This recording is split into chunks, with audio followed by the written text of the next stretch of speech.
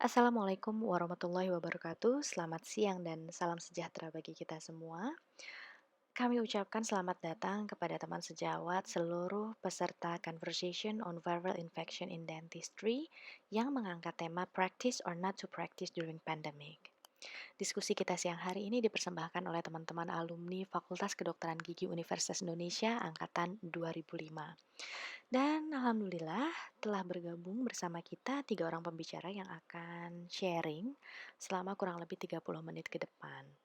Yang pertama adalah Dr. Gigi Fiona Feriska, spesialis bedah mulut. Beliau adalah lulusan FKG UI angkatan 2005, kemudian melanjutkan studinya di PPDGS Bedah Mulut FKG UI tahun 2011 dan saat ini sedang berada di London melanjutkan studi peserta program doktoral di PhD Eastman Dental Institute, University College London, dan juga telah menyelesaikan short course-nya di bidang COVID-19 di London School of Hygiene and Tropical Medicine dan Imperial College London and Abdul Latif Jamil Institute for Disease and Emergency dan juga merupakan tim COVID-19 di KBRI London.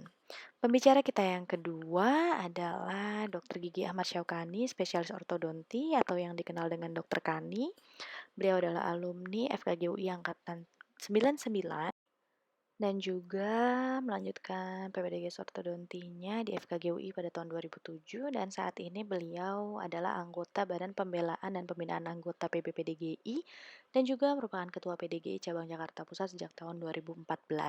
Dan terakhir ada Dr. Gigi Joshua Calvin, spesialis kedokteran gigi anak. Beliau adalah FKG UI angkatan 2005. Kemudian melanjutkan program pendidikan dokter gigi spesialis ilmu kedokteran gigi anak di FKG UI tahun 2014 dan saat ini beliau kesibukannya mengelola klinik di daerah Kelapa Gading dan Kuningan itu sudah sejak tahun 2015 yang pastinya juga terdampak dengan pandemik ini.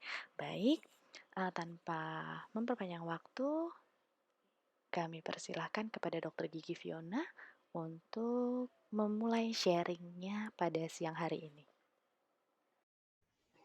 Oke. Ya.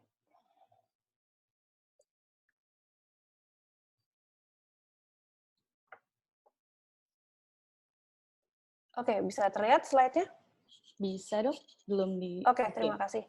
Oke. Oke, jadi ini tadi sekedar pembukaannya. Jadi yang kita ketahui tentang COVID-19. Jadi yang pertama dia ini adalah keluarga, termasuk keluarga coronavirus. Jadi dia adalah virus respiratori atau saluran pernafasan yang punya penampilan seperti punya mahkota. Kalau ada yang belum pernah lihat, jadi bisa dilihat di sini yang spikes-nya ini, hijau-hijaunya ini kelihatan, ini sudah di staining, jadi kelihatan dia pakai mahkota, makanya namanya coronavirus. Beberapa tipe ditemukan di manusia dan beberapa tipe ditemukan di hewan, seperti pada di yang MERS itu di unta dan SARS itu di luwak. Jadi untuk yang suka kopi luwak, nah ini si SARS yang biasa ditemukan. Kemudian secara statistik, kalau udah sering dengar apa sih yang namanya case fatality rate, nah ini dia adalah jumlah kematian di populasi yang rentan. Jadi hanya untuk populasi yang memang mengalami terinfeksi virus ini. Sebagai perbandingan, MERS itu 37%, jadi cukup tinggi. Kemudian SARS itu sekitar 10%. Untuk COVID-19 sendiri masih bervariasi antara negara-negara. Kemudian ada yang dinamakan R0, kalau misalnya ada yang pernah dengar. Jadi ini kemampuannya kasus ini untuk bereproduksi atau bereplikasi. Gampangnya satu orang kira-kira bisa menularkan ke beberapa orang lainnya. Jadi untuk SARS-CoV-2 atau COVID-19 ini dia sekitar 1,5 sampai 4,5, jadi ya sekitar 2 sampai 4 orang. Kemudian perbandingannya mungkin kepada measles 15 atau campak 15, chickenpox 10, SARS 3, Ebola 2, dan untuk flu 1,5 sampai 3, jadi ini mirip flu. Tapi perlu jadi catatan juga untuk bedanya dengan SARS, SARS ini biasanya bisa menular kalau pasiennya sudah simptomatik. Sedangkan untuk COVID-19 sejauh ini bisa ditemukan pasien yang simptomatik SARS menularkan, kalau di COVID-19 yang asimptomatik pun bisa menularkan. Jadi di situ bedanya kenapa kok penyebarannya cepat sekali dan sampai ke seluruh dunia kalang kabut karena ini. Kemudian juga ada yang dinamakan secondary attack rate. kalau belum pada pernah tahu. Jadi ini rate atau seberapa besar kira-kira satu kasus ini bisa menularkan kasus lain. Ini depends dari kontak, kedekatan kontaknya, kemudian tahap dari penyakitnya sendiri. Jadi semakin parah tentunya semakin gampang menularkan. Jadi dari pembelajaran dari kasus di Beijing, untuk orang-orang yang memberikan perawatan kepada pasien, kemungkinan kenanya sekitar 31%. Jadi sepertiga. Jadi dokter-dokter, perawat, ataupun bahkan anggota keluarga yang merawat keluarga yang sedang sakit, kemungkinan dia bisa terkenanya sekitar 30%. Dan untuk yang tinggal di lingkungan rumah yang sama sekitar 4,6%. Namun juga ada laporan kasus dari Lancet sekitar 35%. Jadi sama. Jadi untuk orang-orang yang close contact sekitar 30%. Transmission mungkin sudah banyak yang tahu kalau mainly lewat droplet dengan larger particles yang di atas 5 mikro, tapi memang kemampuan travelnya di bawah 1 meter, makanya ada physical distancing yang bilangnya 2 meter, supaya tidak dapat droplet ini. Tapi juga bisa kena melalui kontak dengan objek yang sudah terinfeksi dengan droplet. Droplet sendiri kan percikannya, jadi tentunya biasanya kurang dari 1 mili, cuman kalau untuk berapa sih sebenarnya 1 mili itu, kira-kira ada 100 million virus particle, dan cukup sekitar 40-200 virus partikel sudah bisa menginfeksi manusia. Jadi percikan-percikan kecil itu bahkan memang sudah bisa menginfeksi. Lalu kemudian apa bedanya dengan aerosol gitu ya, kan sekarang lagi wah aerosol nih airborne gitu ya. Untuk aerosol dia partikelnya lebih kecil di bawah 5 mikrometer, tapi kemampuan travelnya lebih besar. Sampai sekarang untuk aerosol biasanya terjadi karena adanya aerosol generating procedures. Ada di sini bisa dilihat. Yang mungkin berkaitan langsung dengan dokter gigi adalah surgery, karena banyak yang melakukan cabut gigi atau semacamnya. Dan juga dental procedure dengan high speed. Jadi memang tindakan kita sebagian besar merupakan aerosol generating procedures. Jadi ini yang penting untuk diketahui kenapa jadinya lebih bahaya lagi. Clinical presentation dari COVID ini penting buat kita mengenali pasien-pasien kita yang kira-kira punya COVID nggak ya gitu kurang lebih. Namun ternyata clinical presentation-nya juga masih bervariasi sekali.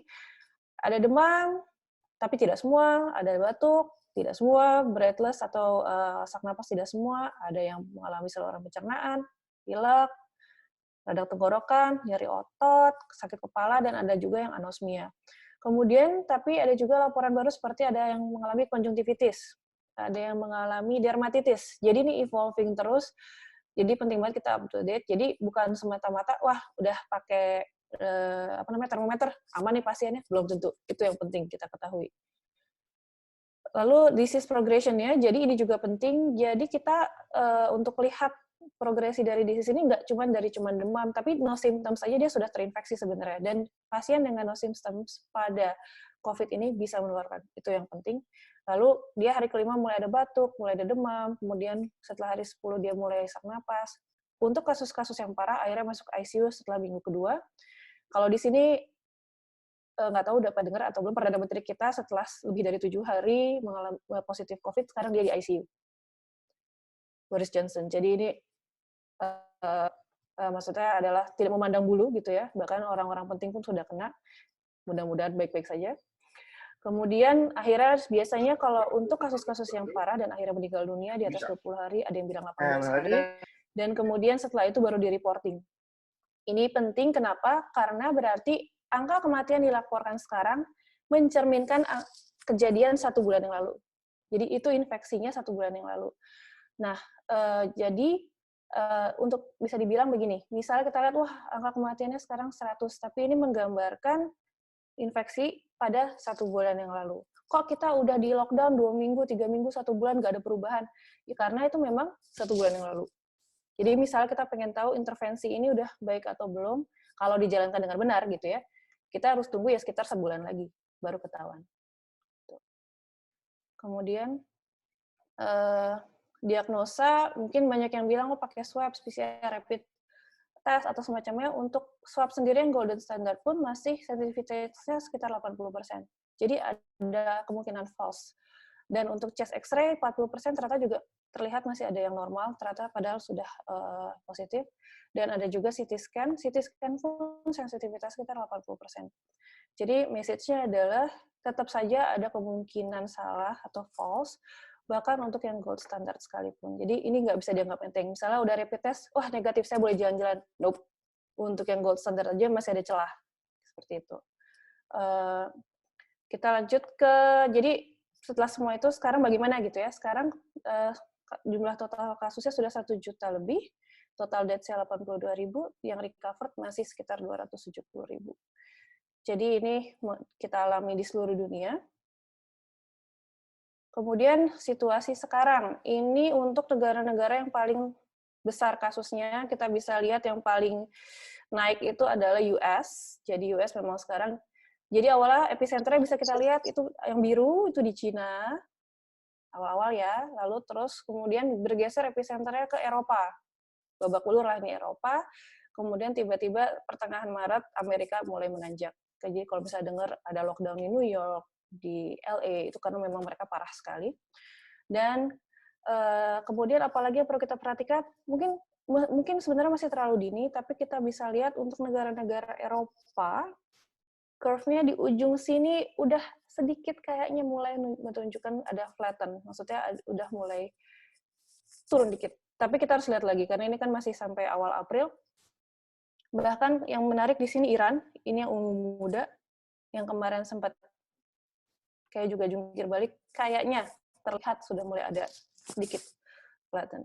Seperti itu. Itali juga yang warna hijau ini juga kita lihat lumayan. Ya, ini menunjukkan bahwa kalau kita melakukan intervensi yang tepat, mudah-mudahan hasilnya juga akan lebih baik. Dokter Lalu Fiona, 2 bagaimana menit dengan lagi ya, Indonesia? Dok? Kenapa? 2 menit lagi Iya. ya, Dok? Yep. Untuk Indonesia kita bisa lihat masih naik. Jadi ya kita kan memang melaporkannya juga cukup telat ya dibandingkan negara-negara yang lain, dan tapi sampai sekarang masih sedikit naik. Konsisten karena jumlah tesnya juga masih konsisten, belum menambah. Lalu yang sering didengar mortality rate-nya bagaimana? Memang kita lihat Italia yang paling tinggi, disusul dengan UK. Lalu Indonesia sampai sekarang ternyata lebih tinggi dari Iran. Kita di 8,1%, di Iran 6,2%. Kenapa begini? Banyak faktornya, tapi ini data yang kita punya sekarang. Seperti itu. Dan dari angka mortalitas itu ternyata memang salah satu yang banyaknya adalah health worker atau pekerja kesehatan, dokter, midwives, nurse. Dan di sini memang dilihat salah satu masalahnya adalah karena terlalu overwhelmed, jadi terlalu lelah, dan resiko infeksi tinggi tanpa adanya PPE yang memadai. Ini dari headline Indonesia. Mungkin kita bisa lihat, mungkin ini adalah wajah-wajah yang teman sejawat juga kenal, mungkin guru kita, mungkin teman praktik kita, dan ini adalah korban-korban yang berjatuhan di kalangan tenaga medis karena COVID-19 ini. Berkaitan dengan ini, ada beberapa rekomendasi internasional terkait dengan praktik dokter gigi, nanti akan lebih dijelaskan untuk Indonesia oleh Dr. Kadi. Ada beberapa hal yang senada. Yang pertama adalah kenapa ditunda gitu ya, kenapa postpone elective procedure, surgery, dan non-urgent dental visits, rekomendasinya karena sebagian besar dental setting tidak didesain untuk standar penyakit transmisi seperti ini, nggak ada isolation room, nggak ada single patient room, respiratory protection program, dan tidak punya N95 secara rutin di stok. Untuk di UK ada yang saya highlight, yaitu adalah memang juga sama di postpone, tapi NHS atau sistem kesehatannya punya local urgent dental system yang terkoordinasi dengan hotline pemerintah. Jadi untuk yang memang urgent sekali akan di-refer ke sana. Jadi orang sudah tahu kita ke sini. Dan itu semua udah di set dengan standar untuk pasien-pasien yang kemungkinan ada transmisi. Dari Amerika juga sama, bahwa penting sekali untuk punya PPE yang memadai. Dan dari UK juga sama, untuk aerosol generating procedures wajib hukumnya pakai filtering face piece class 3. Itu mungkin take home message dari berbagai organisasi dental di dunia. Ya, mungkin itu sekian rangkuman dari saya. Terima kasih. Assalamualaikum warahmatullahi wabarakatuh. Waalaikumsalam warahmatullahi wabarakatuh. Terima kasih, Dr. Vio. Saya ingatkan kepada rekan-rekan yang ingin bertanya, bisa menuliskan pertanyaannya atau mengajukan diri untuk bertanya. Nanti saya akan berikan kesempatan setelah ketiga pembicara kita selesai berbicara. Baik, untuk sesi kedua, saya akan mempersilahkan kepada Dr. Ahmad Syaukani. Dr. Kani, dok, sudah ready?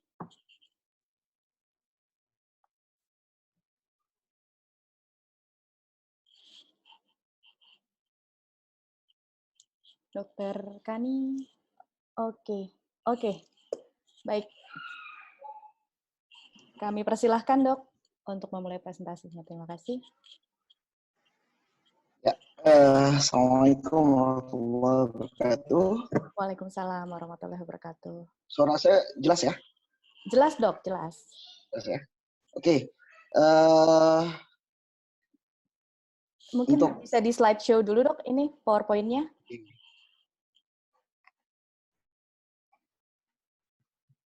Ya, jadi sekarang dunia menghadapi wabah pandemi COVID-19 ya. Sekarang peran dokter gigi termasuk juga organisasi kedokteran gigi di Indonesia ini posisinya seperti apa? Ya, jadi apakah selama pandemi ini apakah kita menunda praktek untuk selama sampai COVID-19 ini selesai atau kita tetap praktek gitu ya. Jadi sebelum itu tadi udah sedikit ini ya sudah dijelaskan sama Dr. Fiona ya. Tadi sudah latar belakang segala macam sampai dari Wuhan ke seluruh dunia ya. Nah, di Indonesia dalam hal ini di kedokteran gigi pengurus besar Persatuan Dokter Gigi Indonesia itu telah mengeluarkan surat edaran. Nah, surat edaran ini memang terkait pandemi virus COVID-19. Jadi selama pandemi ini kita diminta untuk menunda praktek kedokteran gigi ya, karena tahu bahwa dokter gigi ini mudah sekali terkena ya karena droplet dan tadi sudah dijelaskan mengenai aerosol ya. Tapi kita di PDGI ini tidak melarang ya, maksudnya tidak melarang dokter gigi berpraktek, tetapi kita menghimbau untuk menunda praktek. Kalaupun harus berpraktek, jadi harus memperhatikan hal-hal sebagai berikut, misalnya kita harus melakukan screening terhadap semua pasien sesuai prosedur, ya. Terus kalau memang sudah diduga ya terinfeksi COVID-19, lebih baik dirujuk. Terus kalau memang tidak ada keluhan ya simptomatik tunda. Kalaupun ada memang harus bersifat dia elektif kalaupun memang harus emergensi ya, harus memakai APD lengkap, terutama masker N95 ya, itu tidak bisa ditawar lagi. Sekarang untuk kedokteran gigi memang APD-nya sudah di level 3. Di level 3 itu semua tertutup mulai dari atas kepala sampai sampai daerah kaki ya. Oke. COVID-19 ini diakibatkan tadi sudah dijelaskan virus corona dan dapat menular melalui droplet dari mulut, hidung dan juga mata. Selain petugas medis yang menangani pasien konfirmasi COVID-19 secara langsung, dokter gigi juga dianggap rentan tertular ya. Petugas medis berisiko terpapar COVID-19 lewat udara karena gigi dan gingiva atau gusi merupakan organ tubuh yang ada di dalam mulut dalam melakukan pengobatan gigi ataupun gigi seorang pasien, secara langsung dokter gigi akan berkomunikasi dan melakukan kontak terhadap pasien dalam jarak yang sangat dekat. Nah, penularan dan penyebaran COVID-19 ini mungkin terjadi pada dokter gigi melalui pasien yang tidak diketahui positif ataupun negatif COVID-19. Makanya dokter gigi juga memiliki protokol sendiri dalam berpraktek ya. Wabah yang tidak terkendali lagi, maka semua pasien itu biasanya dinyatakan ODP, orang dalam pemantauan, atau PDP, pasien dalam pengawasan, ya, atau juga orang tanpa gejala, ya, dan protokol yang berlaku untuk dokter gigi agar terhindar dari penularan COVID-19 ini seperti yang pertama, sebelum pasien tiba di klinik, ya, pasien dengan gejala berikut sebaiknya ditunda terlebih dahulu untuk datang ke klinik sampai kondisi pulih. Yang pertama, misalnya pasien ada batuk, pilek, demam, nyeri tubuh, ya. Terus pasien baru saja kembali dari negara yang berisiko tinggi atau negara endemik COVID-19, ya. Terus pasien yang melakukan kontak fisik dengan seseorang yang termasuk dari salah satu kategori di atas, dan berikan informasi melalui SMS atau WhatsApp, telepon ataupun media lain mengenai pemberitahuan yang ditempel sebelum pintu masuk klinik. Yang kedua, ketika pasien datang, sebelum masuk ke ruang tunggu, pasien harus ditanya apakah ada demam, ya, batuk. Jadi kita anamnesa di depan itu. Jika tidak ada tanda-tanda di atas suhu tubuh pasien tidak melebihi dari 37,5 derajat Celcius, maka pasien diperkenankan untuk masuk. Jika sebaliknya, maka pasien akan diminta untuk segera pergi ke rumah sakit terlebih dahulu agar melakukan pemeriksaan. Setelah pasien dinyatakan baik-baik saja, maka pasien diberi masker bila tidak bermasker, ya. Kalau sudah bermasker itu lebih baik, maka pasien diperkenankan ke ruang tunggu klinik dan dilanjutkan untuk melakukan cuci tangan dengan sabun atau menggunakan hand sanitizer yang ada di klinik tersebut, ya. Jarak antar di ruang tunggu itu harus berjarak, ya. Jadi memang harus ada social distancing atau physical distancing sehingga berjarak, dan ini pemeriksaan suhu tubuh, ya, dengan termometer gun. Nah, yang ketiga, saat pasien menunggu panggilan, jadwalkan appointment untuk meminimalkan kemungkinan mereka kontak dengan pasien lain di ruang tunggu.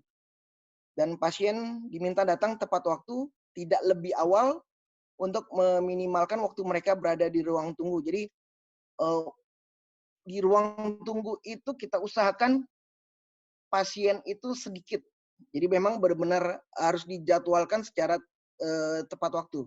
Terus singkirkan mainan dan majalah dari ruang tunggu, sediakan tisu beserta tempat sampah dengan injakan untuk membuang tisu, berikan masker bedah sekali pakai kepada siapa saja yang misalnya mengalami batuk.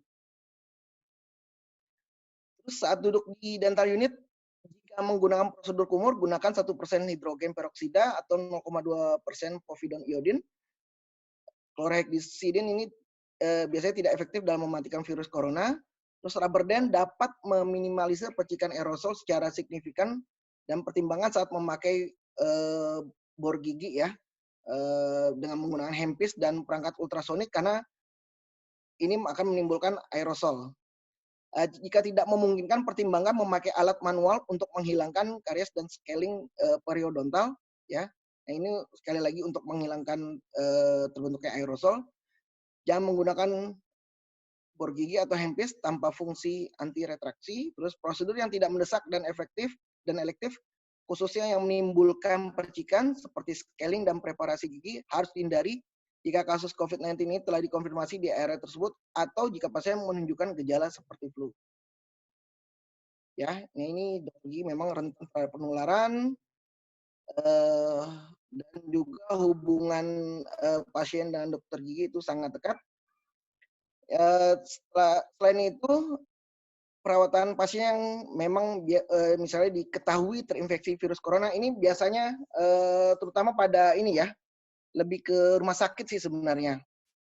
Kalau klinik gigi ini memang pada umumnya itu tidak dirancang untuk menjalankan semua tindakan pencegahan yang berisiko tinggi penularan perawatan jika perlu dilakukan di rumah sakit. Nah, limbah medis yang dihasilkan dari penanganan pasien yang dicurigai atau sudah dikonfirmasi mengidap virus corona dianggap sebagai limbah medis terinfeksi dan harus ditangani sesuai dengan protokol setempat. Jadi sekali lagi ini kalau ada pasien yang memang sudah terkonfirmasi dia terinfeksi virus corona, memang perawatan untuk kedokteran giginya itu harus di rumah sakit ya, karena sekali lagi klinik gigi tidak dirancang untuk menjalankan semua tindakan pencegahan yang berisiko tinggi. Dan yang patut kita ketahui dan cermati adalah kita harus melindungi tim kita sendiri ya, misalnya staf dengan kondisi berikut dilarang masuk kerja, misalnya ada apa namanya, staf kita, resepsionis, perawat ataupun OB ya dalam kondisi pilek, batuk kering, demam atau nyeri tubuh sebaiknya tidak masuk. Staf yang baru saja kembali dari negara berisiko tinggi juga sama. Terus staf melakukan kontak fisik yang pernah melakukan kontak fisik dengan seseorang yang terinfeksi COVID-19 juga diharapkan tidak masuk kerja. Dan staf harus diingatkan untuk menghindari menyentuh mata, mulut, dan hidung sebelum dia mencuci tangan dengan sabun atau memakai hand sanitizer. Terus staf harus disarankan untuk mengganti pakaian yang dipakai untuk bekerja dan segera mandi setelah pulang, terutama sebelum kontak dengan anak-anak, termasuk kita sebagai dokternya. Terus pertimbangkan untuk melarang staf yang hamil masuk kerja. Dan juga ada satu lagi, untuk staf yang misalnya di atas 60 tahun, lebih baik untuk keselamatannya tidak masuk kerja atau tidak berpraktik dulu, apalagi staf yang dalam hal ini misalnya dokter yang mempunyai faktor komorbid ya, ada penyakit penyerta, penyakit yang bisa menyulitkan atau makin mudah terinfeksi virus corona ya, seperti penyakit-penyakit sistemik, diabetes, hipertensi, jantung dan lain-lain, sebaiknya ditunda untuk berpraktik. Nah, ini kita harus gunakan APD lengkap ya. Terus Dokter Kani 2 menit lagi ya, Dok. perlindungan diri. Ya, prosedur pengendalian infeksi ini ya, perlengkapan alat pelindung diri lengkap, diantaranya kacamata, masker, sarung tangan, cap bedah, face shield, dan pakaian pelindung harus dikenakan. Masker sekali pakai harus dibuang setelah digunakan dan tidak boleh digunakan kembali. Jika Anda kesulitan mendapatkan masker atau alat pelindung diri lainnya, hubungi Departemen Kesehatan atau bisa juga organisasi profesi. Anda mungkin harus melakukan triase pasien untuk memastikan tersedianya alat pelindung diri yang memadai untuk kasus yang paling mendesak. Selain itu, harus sterilisasi klinik, strategi pembersihan dan disinfeksi yang rutin yang digunakan selama musim influenza dapat diterapkan ke manajemen lingkungan untuk COVID-19. Terus hidrogen peroksida ya, yang terkandung dalam disinfektan sangat efektif melawan virus corona. Lakukan pembersihan dan disinfeksi terhadap semua area publik secara rutin, termasuk pegangan pintu, kursi kamar mandi, dan lift. Selain itu, sanitasi tangan orang, semua pasien maupun dokter dan staf yang lainnya harus diminta untuk mencuci tangan dengan sabun dengan 6 langkah sesuai dengan standar WHO selama 20 detik saat tiba di klinik. Jika menggunakan pembersih tangan, gunakan yang mengandung klorheksidin dengan alkohol ataupun bahan dasar alkohol. Petugas perawatan kesehatan harus mencuci tangan sebelum memeriksa pasien, melakukan prosedur gigi, setelah menyentuh pasien, setelah menyentuh lingkungan dan peralatan taman disinfeksi, setelah menyentuh mukosa mulut, dan lain-lain. Peralatan gigi juga harus didesinfeksi. Ya. Ruangan dental unit, kelengkapan praktek harus juga terjaga kebersihannya. Tindakan kedokteran gigi yang diperbolehkan yaitu kasus emergensi. Sekali lagi, kasus-kasus emergensi seperti sakit gigi karena karies atau pulpitis akut, perdarahan yang tidak bisa berhenti akibat trauma, pembengkakan, gingivitis akut, dan lain-lain. Lebih baik kalau misalnya untuk konsultasi melalui media online. Ya.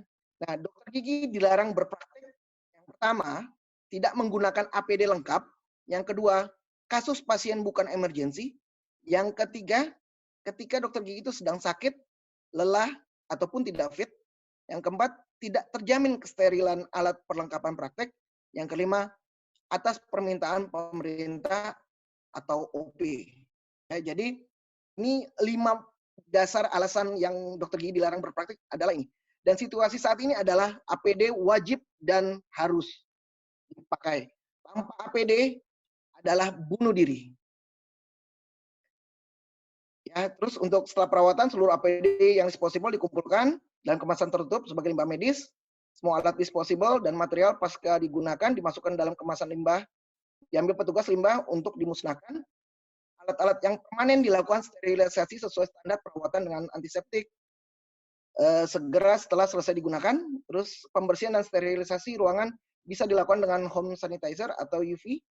Terus yang terakhir ditutup dan tidak ada yang boleh masuk kecuali akan praktek. Oke, sekian presentasi saya. Baik, terima kasih Dokter Kani. Ini sepertinya sudah ada beberapa pertanyaan, tapi kita hold dulu. Nanti di sesi tanya jawab ya dok ya. Dokter-dokter yang sejawat lain yang juga ingin bertanya, silahkan dilampirkan di chat box-nya. Nanti saya akan memberikan kesempatan sesuai dengan urutan yang masuk di chat box. Baik, untuk ini pembicaraannya semakin menarik ya, karena dokter gigi juga kalau nggak praktek juga bingung ya dok ya. Gimana ini kalau kita nggak praktek? Oke, kita coba dengar dari sejawat kita yang mengelola klinik gigi, Dokter Joshua. Bagaimana dok? Sudah, saya kok nggak lihat Dokter Joshua ya? Halo. Nah, Dokter Joshua? Cek. Oke. Ada, Pak. Oke, nah gimana nih dok? Kan dengan adanya pandemik ini dan juga anjuran ya, anjuran himbauan baik dari organisasi profesi juga terakhir kemarin dari Kemenkes, bahkan terakhir untuk dokter gigi dan dokter THT dinyatakan paling banyak tertular COVID-19 ini ya, sehingga ada himbauan untuk tidak melakukan praktek gitu. Nah, kalau dokter Joshua sendiri bagaimana terkait dengan klinik ya? Bagaimanapun juga kan kalau punya klinik pasti punya pertimbangan-pertimbangan lain. Mungkin bisa di-sharing sama sejawat lain yang juga punya klinik atau punya praktek pribadi di rumah gitu dok. Silakan dok. Kalau efek sih pasti besar gitu ya, terutama kita sebutnya kita economically bleeding, itu parah banget memang. Cuma memang tetap ada rule yang harus kita tetap ikutin gitu. Contoh ada satu klinik pribadi saya yang memang saya cuma praktek sendiri, itu pasti saya tutup. Memang sudah tutup dari semenjak awal bulan Maret, bulan tanggal 2 kalau nggak salah gitu ya, besokannya saya tutup. Sampai sekarang, bahkan kalau pasien tanya saya nggak tahu kapan mesti buka. Pertimbangannya adalah karena kalau klinik pribadi itu cash flow-nya lebih rendah. Lalu pertimbangan kedua adalah memang kita nggak mungkin praktek full. Jadi saya dari Senin sampai Sabtu sekarang saya praktek cuma 3 kali seminggu. Gitu. Jadi memang semuanya dipadetin, semua dikurangin. Toh memang jumlah pasien juga yang memang untuk berkunjung tidak banyak dan juga kita tidak berharap banyak. Lalu untuk klinik yang memang berupa klinik gitu ya, yang memang dokternya ada beberapa, yang di Kuningan pun saya tutup. Kalau ditanya kapan saya harus buka, saya belum tahu. Kenapa? Karena kalau kita buka dari COVID penyebaran di Jakarta, kalau kita lihat di petanya, itu terutama di Jakarta Selatan yang luar biasa banyak merahnya. Jadi karena pertimbangan itu, tutup. Gitu. Lalu, jadi sekarang klinik yang memang masih beroperasi, hanya tinggal yang di Kelapa Gading, itu juga minggu pertama kita tutup, minggu pertama masih buka, kita masih lihat-lihat dulu, tapi masuk minggu kedua sampai minggu keempat kemarin tutup. Jadi baru buka per tanggal 5 kemarin sesuai dengan yang pemerintah bilang pertama ya? Kan tanggal 5. Iya. Betul. Sambil kita siapin persiapan semua segala-galanya, kita buat sistemnya segala macam. Sama yang paling penting gini sih menurut saya. Kita tuh dokter gigi yang punya klinik harus punya tim yang solid gitu ya di dalamnya. Jadi bukan kita bekerja, saya sebagai owner, lalu misalnya owner berdua misalnya, lalu yang lain tuh semua hanya bekerja, bukan begitu. Tapi kalau memang misalnya kita tanya mereka nggak mau praktek, itu sangat tidak masalah sebenarnya. Jadi yang memang mereka mau praktek untuk menerima pasien emergensi, untuk yang mereka masih bersedia ya lakukan, tapi kalau misalnya banyak pertimbangan tidak diperbolehkan ya tidak. Jangan dibuat kasus seperti yang mungkin kita dengar kemarin gitu. Itu juga kenapa alasannya yang betul. Itu juga alasannya kenapa yang di Kuningan tutup. Karena memang ada beberapa dokter yang di Kuningan juga sepertinya tidak gitu ya untuk kerja di sana, karena lebih ke arah banyak sekali gitu di Jakarta Selatan. Itu sih efek-efek yang terasa gitu ya untuk di klinik sebenarnya.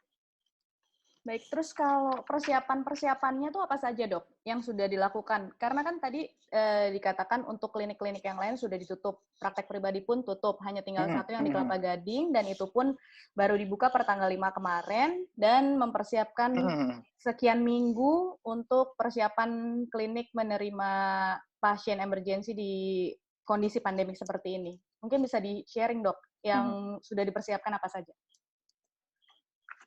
Yang pasti SOP sih ya. Ini mungkin saya bisa sharing SOP yang saya pakai di klinik. Ini punya Dokter Kani, boleh di close dulu sebentar. Nah, iya Dok, Dokter Kani, maaf Dok. Di close dulu screen sharing-nya Dok. Bukan kameranya Dok.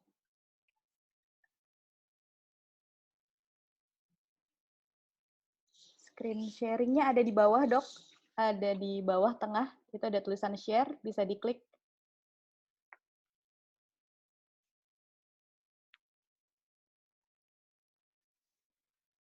Atau coba saya yang share punya saya ya, di stop. Oke, sebentar ya Dok, sebentar.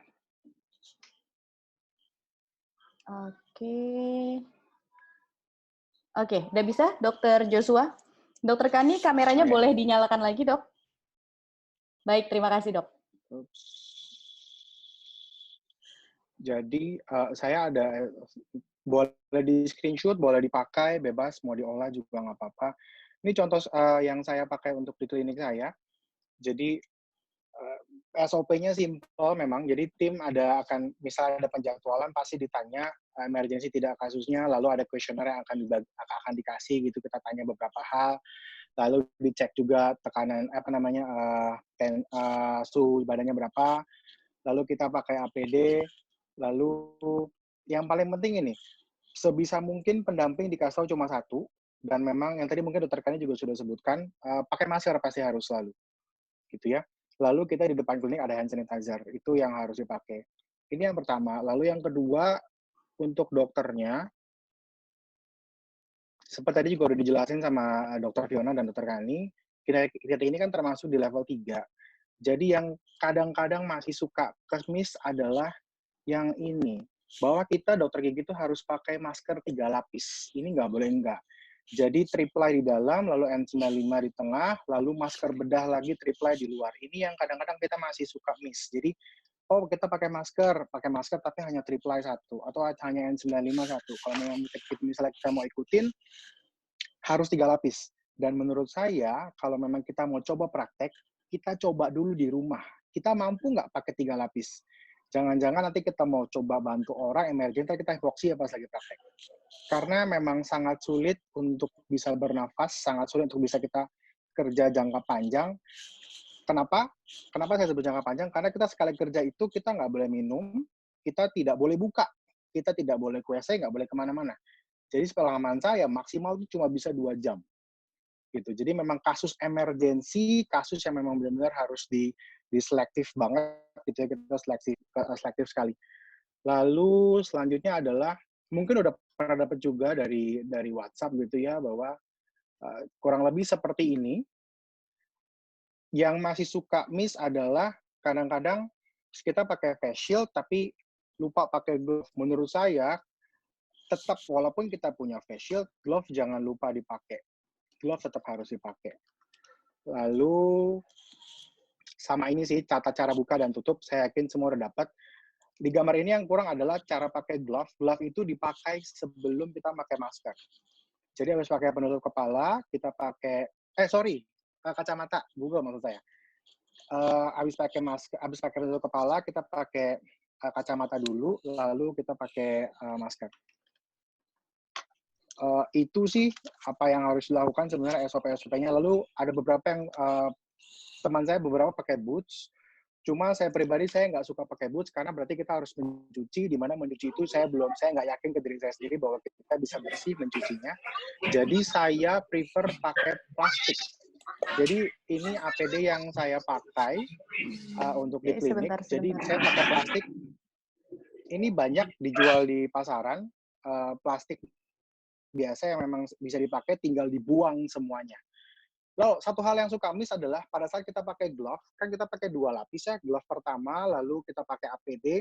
Jangan lupa habis glove pertama, APD itu di-wrap dulu. Karena glove kedua itu seperti kita di OK, glove kedua itu harus di luar dari APD. Jadi jangan kita pakai APD, tetapi glove itu masuk di dalam APD, percuma. Gitu. Jadi glove pertama, APD di-wrap dulu, baru glove kedua.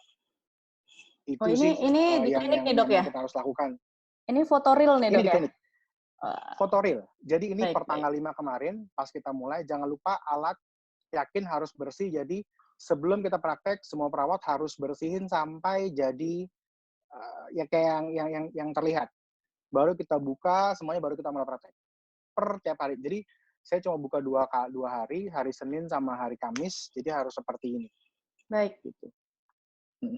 Oke, mungkin kita udah bisa Banget masuk. ya. Ribet banget ya, Dok. Jadi mikir-mikir ya mau praktek apa enggak ya. Oke, mungkin kita udah bisa masuk ke sesi tanya jawab ya. Ini sudah ada beberapa pertanyaan masuk ke chat box saya. Saya akan mempersilahkan untuk bertanya secara langsung. Yang pertama kepada Dr. Erwin Launardo. Kepada Dr. Erwin Launardo, saya akan unmute ya, Dok ya. Jadi dokter bisa bertanya secara langsung, Dok. Dr. Erwin?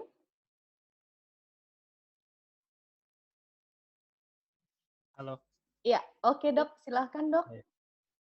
Tunggu, saya cari ulang dulu saya punya pertanyaan. Pertanyaannya ya? Oh, mau saya bantu Ya. bacain, Dok? Boleh, Dok. Ini, pertama itu yang termometer gun, itu saya mau tanya, itu seberapa akurat dari termometer itu? Karena dalam hal dia mengukur suhu tubuh pasien, karena kebanyakan termometer gun yang sering dipakai itu saya lihat tidak ada yang standar, dan sepertinya tidak dikalibrasi, karena mungkin harganya murah gitu. Baik. Gitu. Itu yang saya mau tahu. Jadi jangan sampai kita lihat, oh ternyata nggak lebih dari 37 derajat gitu. Ternyata karena tidak dikalibrasi ya ternyata beda gitu. Terus yang kedua apa lagi dia tadi? Yang kedua itu kedua masalah APD. Yang APD ini kan biayanya sekarang makin mahal. Susah dicari. Karena susah dicari dia makin mahal. betul. Karena dia makin mahal, apakah kalau misalkan pasien datang untuk kita lakukan, mengharuskan kita dokter gigi melakukan tindakan emergensi, apakah imbalan jasanya itu juga naik? Itu.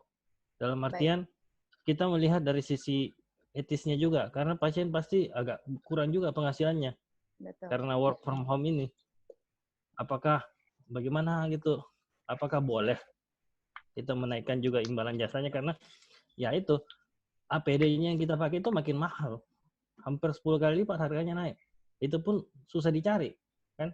Ya, betul. Jadi mau tidak mau kita harus, kalau kita mau ngestok sedikit aja itu kita harus keluar jutaan untuk itu. Ya. Oke, makasih. Baik, mungkin bisa langsung dijawab. Mungkin ke Dokter Kani dulu ya, Dok ya. Gimana Dokter Kani? Terkait pertanyaan yang pertama, yang kedua dan yang pertama. Tadi yang pertama termometer gun, Dok. Dulu? Baik, yang kedua dulu, Dok. Boleh, Dok. Yang kedua dulu. Oh ya. Jadi apa namanya, APD sebenarnya sih permasalahan ini tidak hanya di Indonesia ya. Di luar negeri pun juga ternyata memang bermasalah juga gitu loh. Apa namanya, mereka mengalami keterbatasan, termasuk di Amerika ya, sebagai negara maju ya, itu juga mengalami kesulitan dengan APD. Apalagi kita ini yang semua lebih banyak import ya. Dan juga untuk APD ini memang pemerintah masih belum terlihat langkah nyatanya dalam menanggulangi kelangkaan ini. Ya ini bisa terlihat juga bahwa kita sangat sulit mencari, kalaupun ada itu harganya juga tidak masuk akal ya. udah kadang sudah tidak masuk akal harganya, barangnya juga nggak ada. Nggak Jadi ada, betul dok. itu yang apa namanya kita juga jadi dilema. Akhirnya eh, kebetulan saya sendiri memang di sini saya sebagai di PBPDGI saya juga sebagai ketua Satgas mengenai APD COVID-19 PBPDGI ini. Jadi kami kemarin di BNPB kita menerima bantuan APD ya, bantuan APD berupa hazmat suit itu ada 5.000. Pemberian yang pertama itu ada 248 hazmat suit dan 248 goggles ya. Selain itu pemberian kedua tuh yang kemarin baru saja tuh hari Selasa itu diberikan 5.000 hazmat suit dan juga masker bedah itu ada 20.000 pieces ya, bukan 20.000 Bukan box. kotak ya? Tapi Kirain kotak dok. 20.000 pieces itu sekitar bagi 50 ada 40 box ya. Terus juga masker N95 itu hanya 500. Jadi ini ya kita biar bagaimanapun namanya pemberian bantuan ya kita terima, syukuri ya. Nanti kita akan bagi ke tempat-tempat yang memang menjadi area Zone ya, apa epicentrum dan red zone COVID-19. Baik. Baik, ada tambahan lagi dok? Teman yang terutama yang Yankes itu teman-teman yang bekerja di Vaskes itu bisa mengajukan melalui PDGI Bank dan kita mendrop itu ke PDGI Will berdasarkan scoring yang kita buat. Pertama jumlah dokter gigi yang ada di daerah tersebut, terus yang kedua berdasarkan banyaknya pasien yang teridentifikasi positif COVID-19, dan yang ketiga berdasarkan banyaknya pasien yang meninggal akibat COVID-19. Jadi skor yang terbesar itu pasti akan mendapat APD yang lebih banyak, terutama mungkin di area Jabodetabek gitu ya, seperti itu. Baik, terima kasih dok. Mungkin untuk pertanyaan yang terkait dengan termometer, ada yang mau bantu jawab dok? Mungkin kalau saya gini, termogan itu jadi teman-teman tuh harus benar-benar mengetahui bahwa termogan tuh ada yang memang untuk manusia, ada yang memang untuk keperluan industri. Ya. Ya. Sekali, jadi yang keperluan industri sebenarnya warnanya itu selalu itu aja, warnanya itu orange gitu. Jadi kalau misalnya saya juga pernah ditawarin dulu ya ini ada kelangkaan ini, saya pernah ditawarin itu, wah ini murah banget, nggak sampai 100.000 waktu itu. Termogan yang ternyata itu untuk industri bukan untuk manusia, jadi beda sekali, nggak akurat gitu. Ya. Tetapi untuk saat ini kita juga nggak bisa memilih termogan yang mana yang cari sulit, kalaupun ada harganya sekali lagi nggak masuk akal seperti itu. Jadi mungkin untuk masa apakah itu bisa akurat atau enggak, ya kita kembali ke diri masing-masing aja. Yang pasti yang harus diketahui ada satu termometer gun itu yang untuk industri itu aja.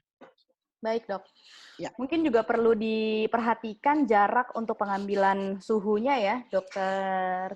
Maaf tadi yang bertanya, dokter Erwin ya dok ya. Jarak pengambilan suhu kalau terlalu jauh juga itu akan bias hasilnya dengan suhu ruangan ya dok ya, kalau tidak salah. Sama ini dok, ini kan dental supplier juga sudah mulai banyak nih dok yang beralih ke menjual termometer, menjual APD-APD yang dibutuhkan. Itu bisa nggak dok? Misalnya dari PB gitu membantu untuk menstabilkan harga-harga yang mereka bawa gitu dok? Saya rasa itu bisa membantu sejawat yang lain ya dok ya. Mungkin nggak perlu dijawab dok, nggak perlu dijawab sekarang. Cuma mungkin bisa jadi bahan pertimbangan atau pemikiran karena kita juga kesulitan ini. Sejawat-sejawat pasti pada kesulitan untuk mencari APD yang sesuai tapi juga harganya rasional. Seperti itu dok. Baik, untuk pertanyaan yang kedua dari dokter Florencia. Dokter Flo ini bertanya, mungkin saya bacakan dulu ya Dokter Flo, nanti kalau ada yang kurang bisa Dokter Floren bisa langsung unmute saja. Saya bacakan dulu. Untuk handpiece dental dengan fungsi anti retraksi itu seperti apa? Apa yang sekarang sudah ini apa nih maksudnya? Apa yang sekarang yang sudah otomatis ada, misalnya seperti NSK gitu ya. Dokter Floren mungkin bisa di-unmute dulu. Mana ya, Dokter Floren. Oke. Silahkan, Dok. Dokter Floren.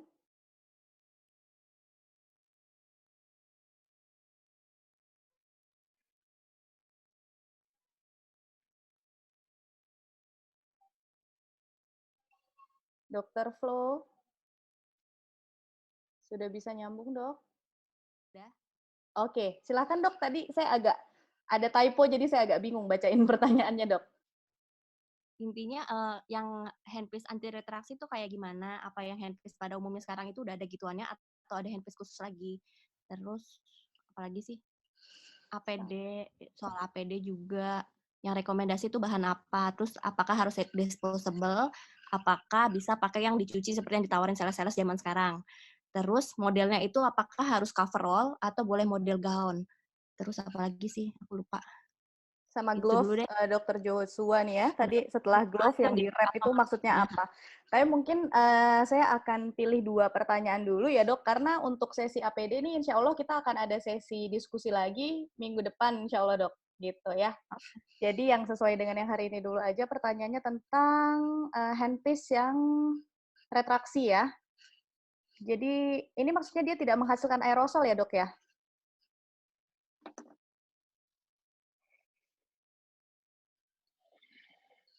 Halo dok, Dokter Flo. Ya, aku mau Ya, nanya itu handpiece apa? oh, mau nanya itu handpiece apa? Baik, baik. Handpiece yang apa nih tadi fungsi anti retraksi itu ya. Baik, ada yang bisa memberikan informasinya mungkin Dokter Joshua atau Dokter Kani dan Dokter Fiona. Kemudian ini ada pertanyaan sambungan dari Dokter Ambar menyambung pertanyaan Dokter Flo. Ini banyak yang menjual APD berbahan spunbond, apakah itu direkomendasikan? Ini kalau boleh Dokter Ambar kita hold dulu, ini minggu depan insya Allah akan kita jawab lagi di diskusi selanjutnya gimana dok? Jadi itu aja dulu yang anti retraksi ya ini ya.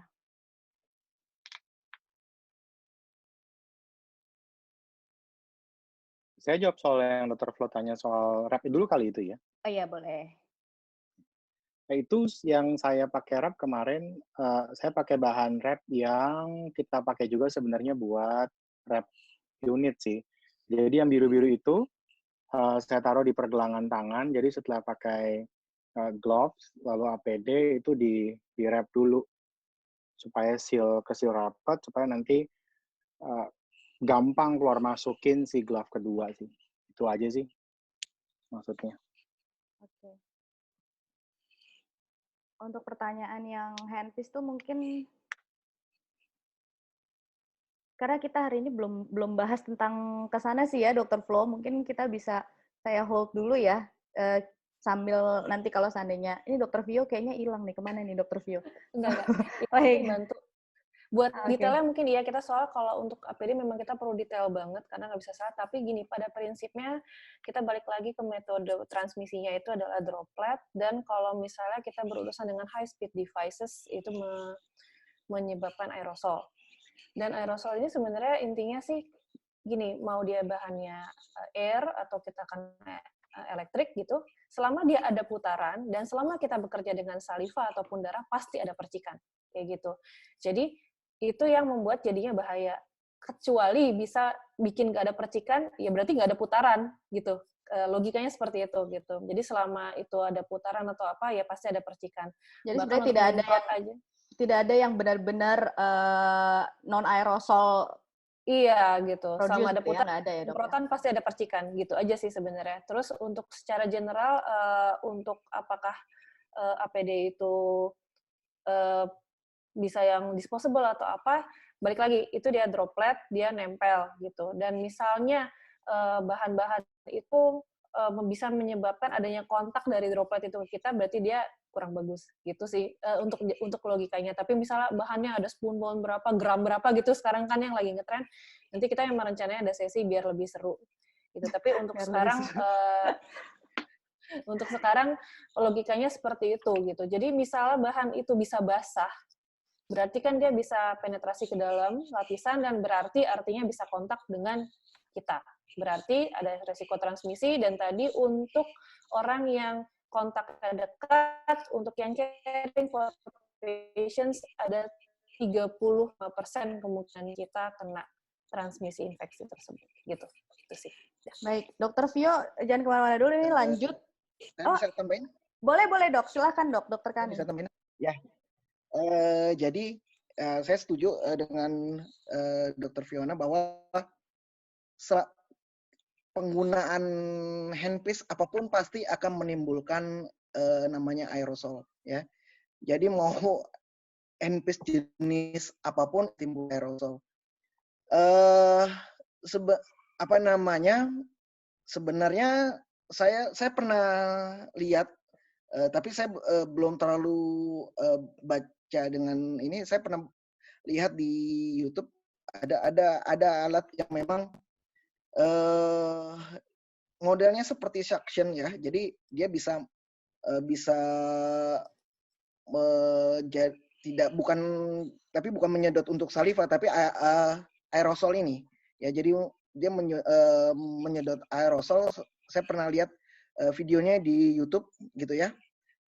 Saya pikir ya itu mungkin ya karena itu dari gambaran YouTube ya. Itu berupa video, saya nggak tahu apakah itu efektif, tapi mungkin itu bisa menjadi salah satu Upaya ya, Dok, ya? sedikitlah mengurangi aerosol itu. Dan kalau APD masalah yang disposable atau bisa digunakan kembali, ya itu tergantung dari kitanya masing-masing. Kita mau seperti apa. Yang patut diingat, kalau saya sarankan memang untuk APD ini pelepasannya itu sebaiknya dibutuhkan ruang khusus, gitu ya.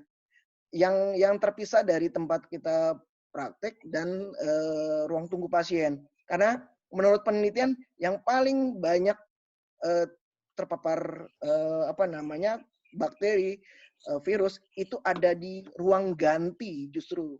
Ya, bukan di tempat praktek kita, tetapi di ruang ganti di situ yang memang banyak ada bakteri dan virus. Seperti itu, Dok. Baik. Dok, tadi ada yang pertanyaan dari Dokter Erwin itu, etis nggak kalau kita naikin biaya biaya perawatan? Karena sekarang harga APD juga tidak wajar gitu, Dok. Kira-kira etis atau tidak? Kalau masalah kita menaikkan jasa medis gitu ya, yang kita lakukan, saya pikir itu sah-sah aja, nggak ada masalah, gitu loh, sah-sah. Ya, jadi misalnya perawatan misalnya ya, scaling itu antara 500 sampai 1 juta misalnya gitu ya. Ya terus kita lebihkan tambah misalnya 50 atau 100 ribu gitu ya untuk biaya APD itu ya. Saya pikir nggak ada masalah dan pasien kalau kita edukasi kemungkinan besar mereka akan mengerti lah. Memang resiko di saat sekarang ini ya seperti itu. Kita harus menjaga agar pasien tidak menularkan ke dokter dan dokter juga tidak menularkan ke pasien. Jadi memang saya pikir nggak ada masalah untuk menaikkan harga dan di-charge ke pasien. Yang penting selama itu masih besarannya wajar sesuai dengan harga APD yang dikeluarkan. Mungkin boleh sedikit nambahin Dokter Kani. Buat di klinik saya, itu kan memang kita sistemnya by appointment. Jadi pada saat mereka appointment itu yang kita tanya kasusnya apa, emergency apa tidak, setelah memang pasti boleh kita kerjakan, itu kita informasi bahwa ada penambahan biaya untuk apa, yaitu untuk APD sebesar sekian. Dan itu benar-benar kita tidak lebih-lebihin. Jadi bahkan itu kurang karena kita tahu kita pakai sehari misalnya bisa 2 pasien, 3 pasien misalnya. Jadi jumlah yang kita pakai itu ya kita bagi. Bagaimana kalau misalnya satu hari cuma 1 pasien? Itu our loss. Memang ya kita tahu dokter gigi kita perawatan pasti kan ya juga lumayan, itu bisalah hanya untuk cover APD misalnya seperti itu. Jadi kalau buat saya lebih baik kita open di awal, kasih tahu memang kita nggak dilebih-lebihin, bukan wah ini pandemi dokternya nyari untung nih karena pasien lagi dikit, bukan. Kita kasih tahu memang bahwa uang itu kita gunakan untuk APD. Jadi kalau bisa digunakan, kalau bisa diomongin di awal lebih bagus. Baik, ada informasi di awal ya. Ini ada tambahan nih dari Dr. Reza nih tentang anti-retraction atau zero suckback itu dia hanya mengurangi, ini handpiece ya terkait pertanyaan Dr. Flo tadi. Jadi dia hanya mengurangi infeksi silang dari handpiece dan tidak mengurangi terjadinya aerosol. Jadi untuk penyebarannya COVID-19 masih tetap bisa terjadi ya Dr. Flo walaupun menggunakan yang anti-retraksi ya. Baik, ini yang pertanyaan selanjutnya dari Dr. Mita kepada Dr. Fiona. Para dokter gigi yang praktek di UK, jadinya gimana ya dok? Apa tetap buka dan dibatasi untuk emergensi saja, atau semua tutup dulu, tapi ada tunjangan dari pemerintahnya atau enggak tuh dok? Pertanyaannya. Iya. Di UK tadi saya sempat bahas sedikit, jadi kalau di sini kan sistem kesehatan itu terpusat, kita ada namanya NHS, National Health System, walaupun memang ada beberapa yang private, cuman sebagian besar pasien itu datangnya ke NHS. Nah, NHS ini sudah punya sistem terpusat, semuanya terpusat, bahkan website aja misalnya kita punya klinik, kita kan website-nya siapa klinik, siapa, .nhs gitu, jadi udah tersentralisasi kasarnya seperti itu. Nah, jadi sekarang bahkan yang NHS pun sebagian besar ditutup dan sudah di-reschedule semua paling nggak 3 bulan ke depan. Jadi di sini memang bukan bilang pesimis ya, tapi cukup realistis bahwa mereka tahu nggak akan mungkin dalam waktu 2 minggu gitu, jadi mereka udah rata-rata reschedule 3 bulan dan itu akan ada further notice lagi. Lalu terus bagaimana pasien yang benar-benar perlu? Nah ini ada center-center rujukan untuk urgent dental care yang sudah ditunjuk untuk pasien-pasien yang memang perlu. Itu semua mereka lewat telepon dulu. Kita di sini ada 111 terpusat untuk NHS itu untuk non-urgent. Jadi kita telepon ke sana, kita bilang kita punya masalah apa, tinggal kita di mana. Nanti mereka akan rujuk kalau memang sampai perlu dilakukan tindakan, mereka akan rujuk ke urgent dental care tersebut. Jadi memang karena sudah tersentralisasi, jadi semuanya diatur ya gitu. Yang private sekalipun juga bisa dibilang mungkin agak-agak nggak berani juga gitu ya karena terlalu tinggi resikonya. Jadi mereka pun akan merujuk biasanya ke urgent dental care tersebut gitu. Oke, dan terus apakah ada bantuan dari pemerintah? Kebetulan ada. Jadi memang untuk pengusaha self-employed pekerja itu semua ada sistem bill-nya dari sini, terus tergantung misalnya pengusaha besar mereka biasanya bentuknya bukan grant loan, jadi pinjaman soft loan. Kalau yang besar-besar gitu kan juga banyak yang mengalami kerugian. Tapi kalau untuk pekerja mereka bisa up to 80% ditanggung oleh pemerintah penghasilannya sebulan maksimum 2.500 pound. Gitu. Jadi ya memang kebetulan memang ya ini saya juga menarik, saya makanya pengen tahu banget apa sih kok bedanya negara maju sama negara berkembang menanganinya, dan ternyata memang sebagian besar di masalah ekonomi kebetulan negara-negara maju lebih bisa nanggung rakyatnya gitu ya, dan lebih strong di bagian situnya. Jadi dokter gigi di sini bisa apply untuk skim itu dan bisa dapat bantuan untuk pemasukan bulanannya seperti itu. Oke, thank you Dr. Vio. Ini pertanyaan selanjutnya, apakah satu pasien harus satu handpiece?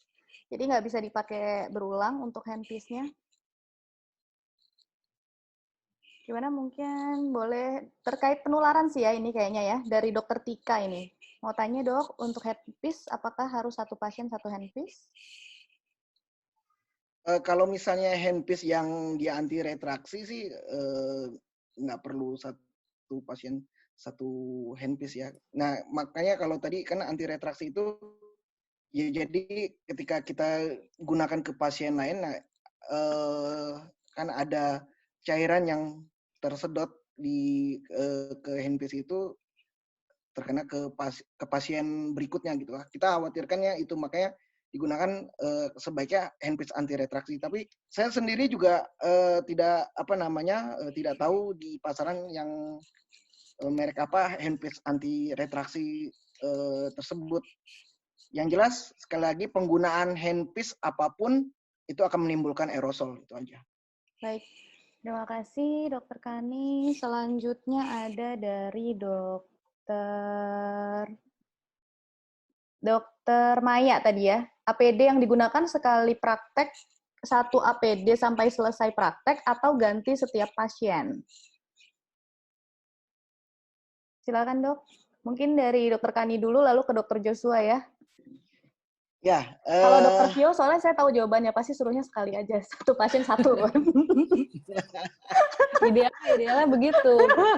Enggak, karena prinsipnya gini. Dokter Kani dulu, Dokter Vio.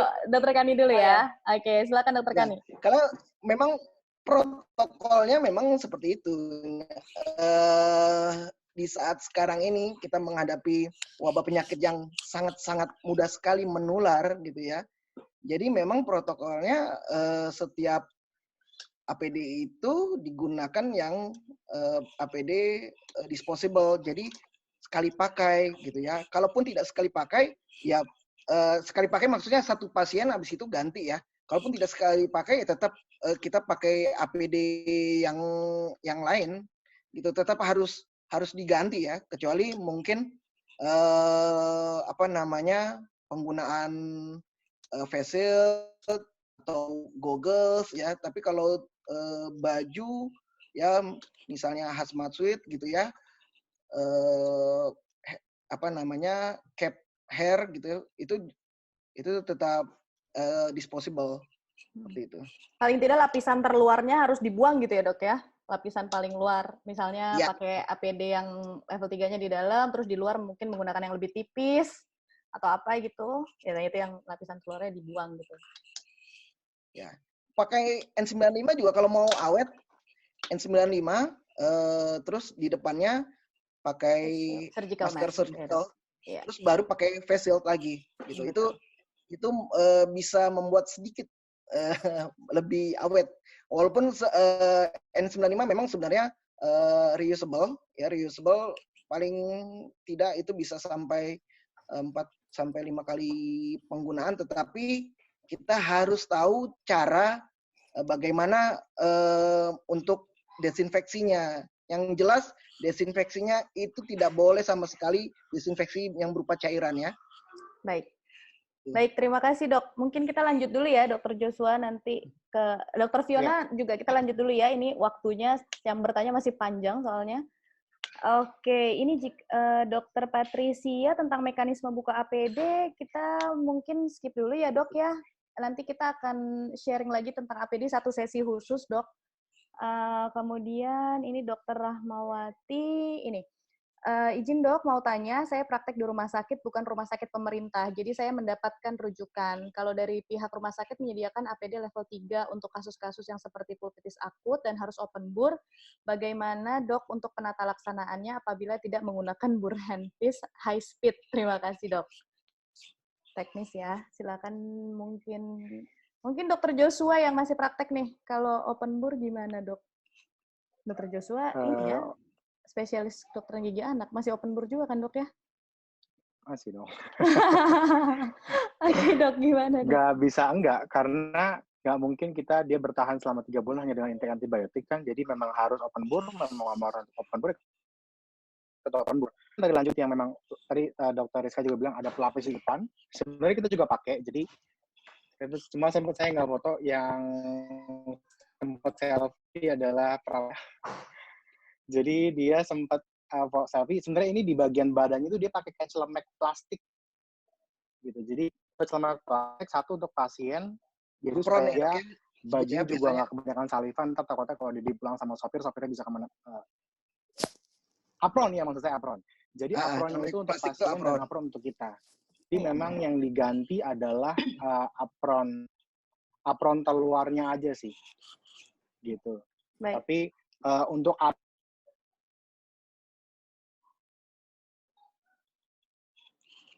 Halo dok. Ini Dokter Joshua freeze ya kayaknya ya? Iya. Oke, jadi intinya menggunakan apron terluarnya itu yang diganti per pasien ya, Dok ya? Sorry, Oke. putus. Oh Iya, iya, udah kembali iya. lagi. Baik. Gimana, Dok? Oke.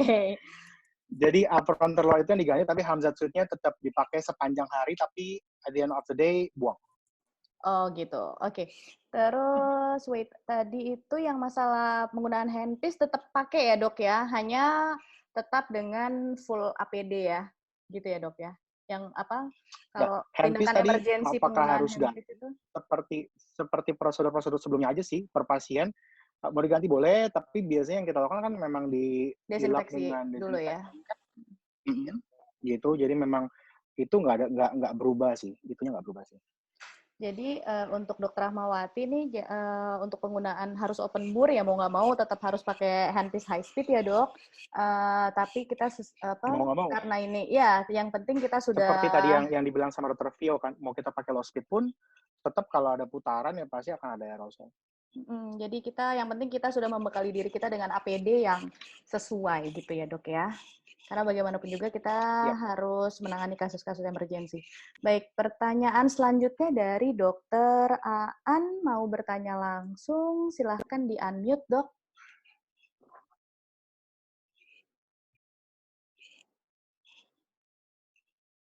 Dokter Aan, Midat.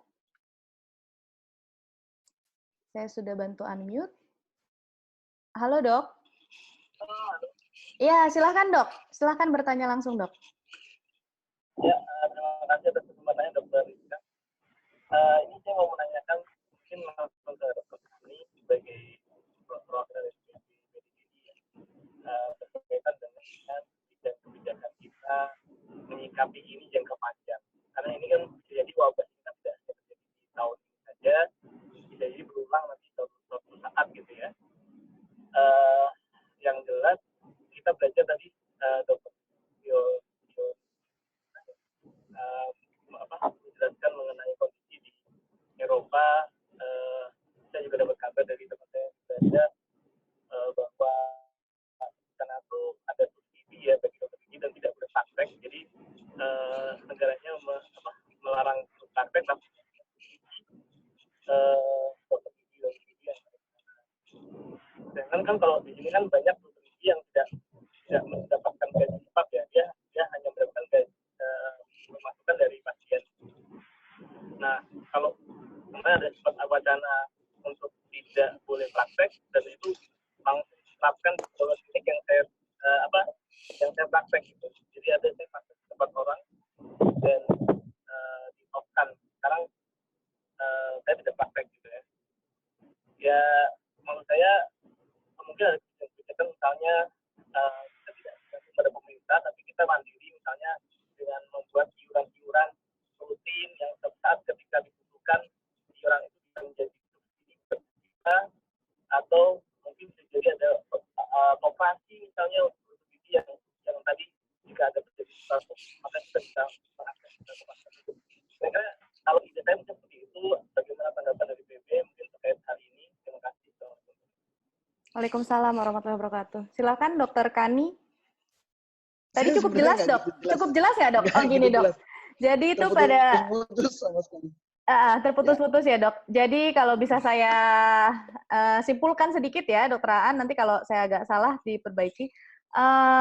Jadi terkait pandemik ini kan kita tidak tahu berapa lama. Kita tidak tahu sampai kapan, dan juga kita tidak tahu apakah ini akan berulang atau tidak.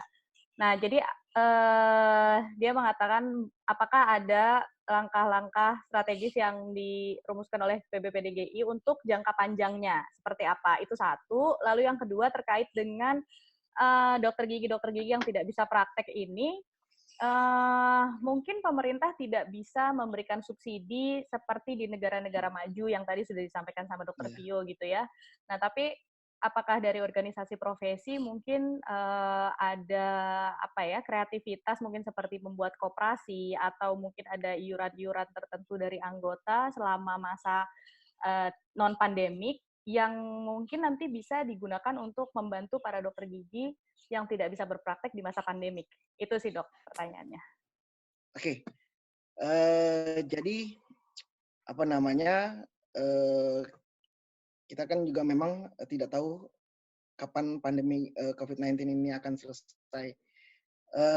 Kita ini masih awal ya, masih awal, jadi belum mencapai puncaknya.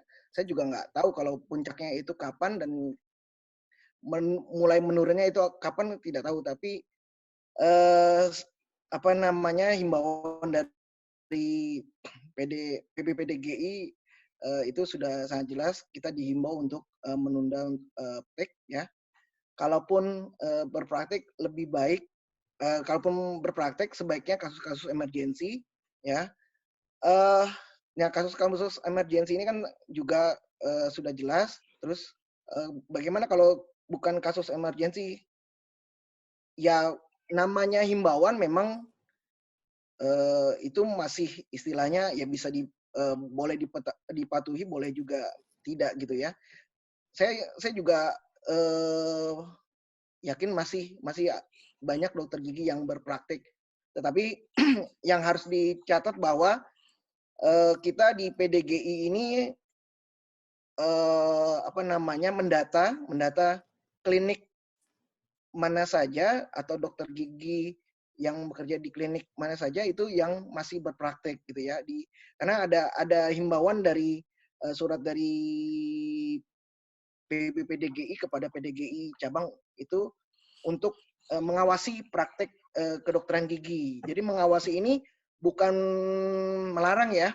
Jadi kita pengen tahu apa namanya, siapa aja yang berpraktek, dan kalaupun berpraktek sekali lagi dengan APD. Jadi kalau tanpa APD nggak boleh, itu sama aja bunuh diri. Nah, selain itu kebijakan dari PBPDGI yaitu kita membantu teman-teman sejawat, berupaya membantu teman-teman sejawat itu untuk mendapatkan APD yang apa namanya, yang mudah gitu. Tapi memang saat ini kita sendiri juga masih kesulitan. Kita masih berupaya ya, misalnya kalau N95 itu agak susah ya, tetapi kita coba minimal masker bedah ini kita lagi upayakan ya, dari beberapa supplier, termasuk supplier yang cukup besar. Nah, ini tapi progresnya masih apa namanya, masih belum jelas ya. Tapi usaha-usaha kita sudah ada, termasuk bersurat kepada Kementerian Kesehatan mengenai APD. Terus kita juga ada wacana untuk membantu dokter gigi, terutama dokter gigi yang memang ada kesulitan ya, ada kesulitan dalam hal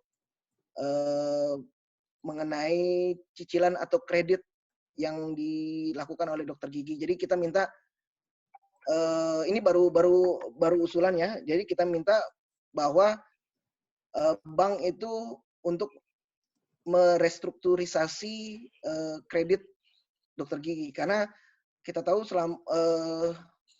selama ini ya, selama pandemi ini kita kan dokter gigi tidak berpraktek ya. Termasuk saya sudah 3 minggu ini saya nggak berpraktek gitu ya. Saya juga nggak tahu kapan lagi mulai praktek, tapi saya masih mencoba bertahan untuk tidak praktek gitu ya. Kalau apa namanya, untuk koperasi saat ini di PBPDGI kita belum punya koperasi, tapi memang di cabang ya salah satunya yang saya tahu itu di PDGI cabang Bekasi, mereka punya koperasi dan mereka pengurus di sana memang sangat kreatif ya. Untuk di nasionalnya kita belum ada koperasi, dan yang kita ada usulan-usulan mengenai iuran seperti apa ya, tapi ini masih berupa usulan sih. Saya belum bisa menyebutkan satu persatu karena ini masih digodok di PBPDGI seperti itu, Dok. Baik, berarti sudah ada perhatian ya dari organisasi profesi terkait masalah pandemik ini dan kondisi dokter gigi yang tidak bisa praktek gitu ya. Baik, ini sebenarnya sudah lewat waktunya ya. Jadi saya mungkin hanya akan ada memilih beberapa pertanyaan saja. Iya, anti air Dari ya sudah pakai, ganti yang anti dok, air yang lain lagi yang bersih, dibersihin. ini Hmm. oke. Dokter Nadia, ini terkait pemakaian masker surgical, mungkin kita akan bahas minggu depan ya dok, nggak apa-apa ya dok. Kemudian Dokter Ari Susilo juga. Kemudian ini tadi Dokter Reza Asmi sudah dijawab ya, pemakaian hazmat satu pasien atau satu hazmat satu hari, sama pertanyaannya dengan yang di atas. Mungkin satu pertanyaan terakhir ini saya kurang tahu dari siapa ya, karena tulisannya no face. Jadi pertanyaannya kepada Dokter Kani, ada atau tidak inisiasi dari PDGI untuk memusatkan perawatan yang terpusat di setiap wilayah agar bisa dipisahkan perawatan resiko tinggi, sedang, rendah seperti misalnya di rumah sakit rujukan COVID-19 gitu. Mungkin itu pertanyaan terakhir ya dok ya. Silakan kepada Dokter Kani. Dok. Ya, jadi untuk saat ini memang kita belum ada untuk perawatan terpusat gitu ya. Tetapi memang kalau di luar negeri itu memang sudah ada ya. Jadi untuk kasus-kasus makanya mereka di luar negeri itu memang dilarang untuk berpraktik. Jadi kalaupun berpraktik itu mereka ada di pusat-pusat khusus untuk merawat pasien yang suspek atau sudah positif COVID-19. Jadi memang sudah dipersiapkan tempatnya, terutama di rumah sakit. Tapi kalau untuk di Indonesia saat ini kita belum sampai ke situ, tapi ada wacana juga seperti itu untuk dipusatkan minimal di beberapa kota besar ya, tapi itu sekali lagi untuk membuat itu memang juga dibutuhkan kos yang cukup besar. Apakah itu bisa didukung oleh manajemen rumah sakit ataupun pemerintah? Karena yang kita tahu saat ini malahan BNPB mengusulkan ke Kementerian Kesehatan untuk dokter gigi dan spesialis THT itu untuk berhenti praktik malahan. Iya, Jadi stop sama sekali. iya, jadi saya nggak tahu nanti kebijakannya seperti apa, apakah bisa. Tapi saya berharap sih memang itu bisa kalau ini di daerah-daerah tertentu seperti di Jakarta, terus di Sumatera misalnya, di Medan, di Sulawesi misalnya, di Makassar mungkin itu bisa dibuat pusat khusus untuk perawatan kedokteran gigi COVID-19. Mungkin Dokter Fiona di Inggris, di London seperti apa dulu? Iya, benar. Kalau di London kita ada sudah ada hotline khusus. Jadi memang udah ada hotline. Kita nggak khusus sih sebenarnya, dari dulu memang kalau ada apa-apa kita telepon ke 111. Dari 111 itu triase pertamanya. Nanti dilihat dari situ apakah perlu dirujuk atau tidak. Dan kalau memang perlu dirujuk, sudah disiapkan urgent dental care di per daerah, dan kalau memang pasien-pasien yang perlu tindakan dirujuknya ke sana, karena balik lagi ini bukan sekedar masalah soal APD, tapi ketika kita sudah ada aerosol generating procedure, maka dia kan melayang-layang tuh di udara ya. Jadi kalau tempat praktik kita tidak bisa kita bersihkan per pasien, sebenarnya idealnya ini kita bicara ideal ya. Jadi setiap habis ada tindakan yang ada aerosol generating procedure, itu juga kita harus disinfeksi seluruh ruangan, karena kita nggak bisa tahu itu partikel aerosol atau droplet mendarat di mana. Itu satu. Nah, jadi kalau misalnya kita nggak bisa itu, juga berarti kita harus istilahnya evaluasi diri. Kita benar-benar bisa nggak sih menyediakan perlindungan buat kita, karena juga nanti yang tertinggal di ruangan itu, yang di ruangan itu terus-terusan kan kita sebenarnya ya, bukan pasien. Pasien mungkin sekedar 1 jam, tapi yang di situ kita juga yang balik yang kena. Nah, jadi kalau misalnya sudah bisa ada establish tempat-tempat yang memang bisa menjadi pusat penanganan dental care yang memang sudah sesuai prosedur isolasinya, filternya atau bagaimana, memang itu lebih baik. Dan mungkin ini pembelajaran buat kita, ini kebetulan kita baru pertama kali kena wabah, dan nggak ada jaminan nggak ada wabah lagi. Jadi ini mungkin perhatian besar buat pemerintah, buat kita dokter gigi, buat organisasi, bahwa kita harus prepare next time kalau ada masalah seperti ini. Kita harus prepare jaminan sosial ekonomi buat dokter gigi, kita harus prepare urgent dental care untuk infectious disease, terus kita juga harus jamin untuk APD. Ini memang PR besarnya untuk ke depannya. Tapi saya juga ingin menyoroti do no harm. Prinsip pertama kita adalah do no harm. Memang kita akan kesulitan secara ekonomi, kita nggak punya uang masukan, tapi kalau misalnya karena itu motivasi kita praktek, kita harus evaluasi diri kita juga, karena pertama-tama kita memang harus do no harm. Kalau ternyata dengan praktek kita malah memberikan harm ke pasien, maka itu malah akan melanggar sumpah kita. Gitu aja sih. Baik, terima kasih. Sepertinya waktunya sudah habis, mohon maaf sekali. Dan ini cukup menarik ya perbincangan ini. Mungkin, nggak tahu nih, mungkin yang pertama ya Dokter Kani ya.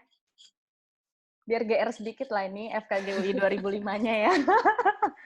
Saya akan sedikit kasih simpulan dari tadi perbincangan kita bersama ini. Kurang lebih udah hampir 2 jam ya. Yang pertama dari Dr. Vio, bahwa ini penularan COVID-19 ini sangat luar biasa dibandingkan saudara-saudara sepupunya yang lainnya. Jadi dia bisa menularkan 2-4 orang. Kemudian 31% dokter, perawat, atau anggota keluarga yang merawat pasien itu bisa tertular. Wow, lumayan besar ya, 31%.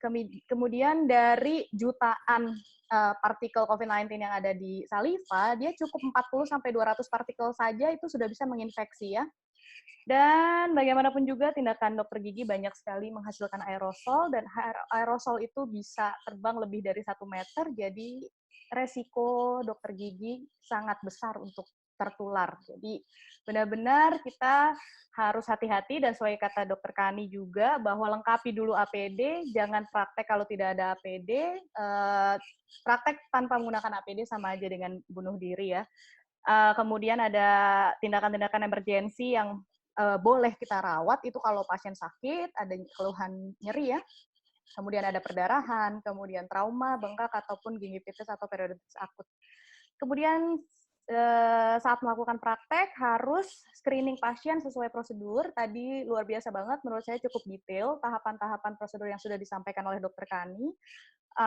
Juga penggunaan APD level 3. Dan dari tadi banyak pertanyaan tentang APD, tapi kami sendiri mengetahui bahwa APD ini tidak bisa dibahas secara digabungkan dengan tema lain. Jadi insya Allah kita akan punya tema tentang APD sendiri ya. Nanti kita akan sharing lagi kapan waktunya.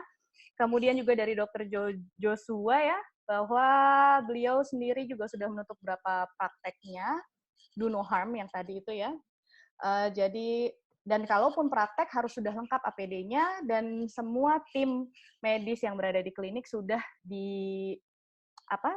diberikan SOP-nya seperti apa dalam menangani pasien, sampai bagaimana pasien di ruang tunggu dan di ruang praktek. Saya rasa cukup menjelaskan dan memberikan gambaran ya kepada sejawat-sejawat sekalian tentang bagaimana panduan kita praktek atau tidak praktek. Kembali lagi kepada diri kita sendiri, kalau kita merasa kita cukup kuat, kita berada dalam kondisi fisik yang baik untuk menerima pasien-pasien emergensi, dan kita sudah memiliki APD yang lengkap, dipersilahkan untuk membantu pasien, tapi di luar itu sebaiknya kita menunda setiap perawatan, karena tetap kita utamakan keselamatan kita dan juga keselamatan pasien. Baik, terima kasih kepada sejawat sekalian. Terima kasih kepada Dokter Kani atas waktunya, Dokter Fiona, yang masih pagi ya di London ya dok ya, nggak apa-apa lah, bangun pagi-pagi ya. Kemudian Dokter Joshua juga thank you, dan sejawat-sejawat sekalian terima kasih. Kalau mau tahu informasi, insya Allah kita akan ada sesi selanjutnya. Itu boleh follow Instagram kita, dentistry_UI05. Nanti kita akan share di situ jadwal-jadwal diskusi online kita selanjutnya. Dan juga tadi ada yang tanya boleh bisa di-download atau tidak materi-materinya. Insya Allah pembicaraan kita hari ini semuanya sudah direkam dan nanti akan kita upload di IGTV maupun di YouTube, insya Allah. Baik, terima kasih sejawat sekalian. Selamat siang. Wassalamualaikum warahmatullahi wabarakatuh. Waalaikumsalam warahmatullahi wabarakatuh.